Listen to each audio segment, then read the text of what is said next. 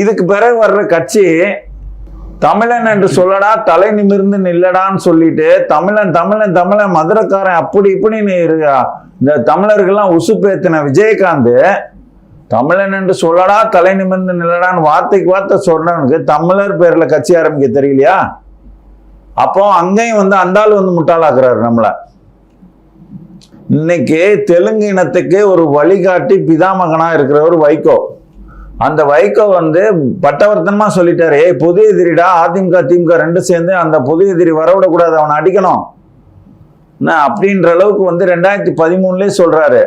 அப்ப பாத்துட்டீங்கன்னா ஏண்டா ஈழத்துல போயிட்டு தலைவரை போய் பார்த்து அதாவது தலைவரை போய் பார்த்துட்டு வந்துட்டாருன்றதுக்காகவே இவரை பெரிய வீரனா கருதி 17 லட்சம் பேர் நம்ம இந்த ஆள் பின்னாடி போனாங்க எப்போ அவர் கட்சி ஆரம்பிக்கும் போது.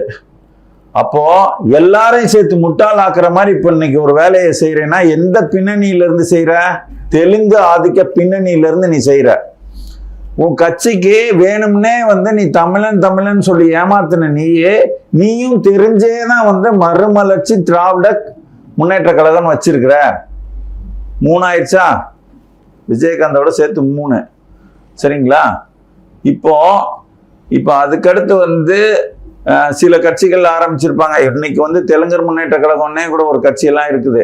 இப்ப இவர்களோட நோக்கம் பார்த்துட்டீங்கன்னா தமிழர்களை நம்ம முட்டாளாக்கணும்.